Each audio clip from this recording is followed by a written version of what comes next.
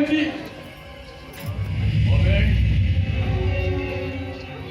Doctor ତମେ ଠିକ ଟାଇମରେ ଆସି ପହଞ୍ଚିଯାଇଥିଲ। ମୋର ସେ ଆରତୀ ମହାପାତ୍ରର ମେଡିକାଲ ରିପୋର୍ଟ ଆଉ ସାର୍ଟିଫିକେଟଟା ନିହାତି ଦରକାର। ସେ ସବୁ ଅରୁଣ ବାବୁଙ୍କୁ ଦେଇଦେଇଛି।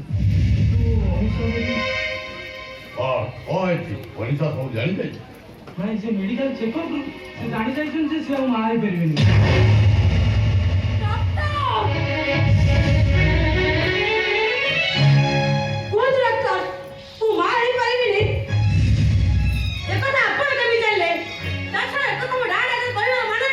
ମତେ ଭୁଲ ବୁଝନ୍ତୁ ଅନୁସାରେ ମୁଁ ସାରଙ୍କୁ ଏଇ ବିଷୟରେ କହିବାର କାରଣ ଏଇଆ ଯେ ସେ ଆପଣଙ୍କୁ ଫରେନକୁ ଟ୍ରିଟମେଣ୍ଟ ପାଇଁ ପଠେଇବେ।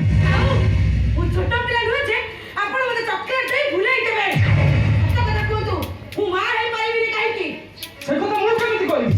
ଆପଣଙ୍କ ଫାଷ୍ଟ ଡେଲିଭରି ମୁଁ କରିଛି ଏଇଟା ସତ। କିନ୍ତୁ କୁହନ୍ତୁ ଡକ୍ଟର, ଅଟକି ଗଲେ କାହିଁକି? ସତ କଥାଟା କ'ଣ କୁହନ୍ତୁ।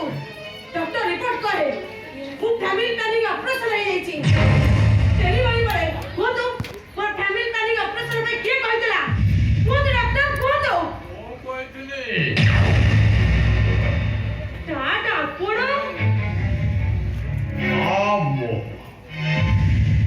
ମୁଁ ଚାହୁଁନଥିଲି ତୁ ମା ହୋ ବୋଲି। ଆଦର୍ଶ ମହାପାତ୍ର ବଂଶର ରକ୍ତ ତ ଗର୍ଭରେ ସ୍ଥାନ ପାଉ। ଆପଣ ବାପ ହୋଇ ଗୋଟେ ଝିଅ ଜୀବନକୁ ନେଇ ଖେଳ ଖାଇବ ବୋଲି ମୁଁ କେବେ ସ୍ୱପ୍ନରେ ବି ଭାବିନଥିଲି।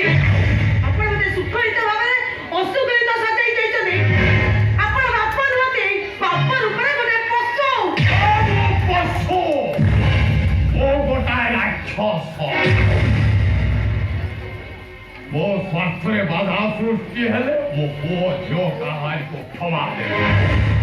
ମୋ ଆଗରେ ସ୍ୱାର୍ଥ ବଡ଼।